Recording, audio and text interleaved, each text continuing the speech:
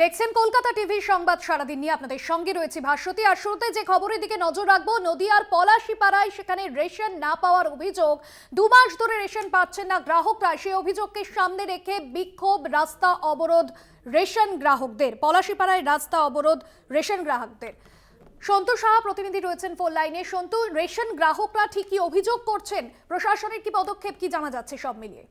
দেখো, সাহেবনগর গ্রাম পঞ্চায়েতের বড়নলদহ গ্রাম, সেখানকার রেশন ডিলার মুকাবের হোসেন দীর্ঘদিন ধরে রেশনের সামগ্রী ঠিকভাবে দিচ্ছে না বলে অভিযোগ। প্রায় দীর্ঘ 2 মাস ধরে এই অনিয়ম চলছে।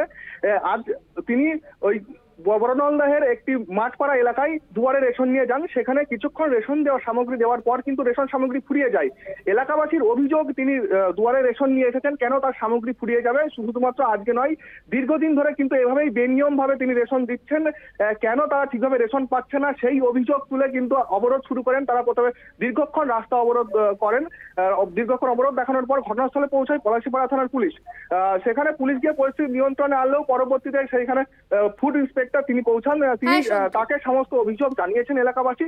তারা যে দীর্ঘ 2 মাস ধরে অভিযোগ রেশন পাচ্ছে না, সেই অভিযোগ জানানোর পর তিনি যেমনটা জানিয়েছেন যে দ্রুততা, সমস্ত গ্রামবাসীদের অভিযোগ শোনা হয়েছে, দ্রুততার সঙ্গে এই অভিযোগ খতিয়ে দেখে ব্যবস্থা গ্রহণ করা হবে। হাস্যদিদি, একেবারে ধন্যবাদ। সন্তু সাহা প্রতিনিধি ছিলেন ফোন লাইনে।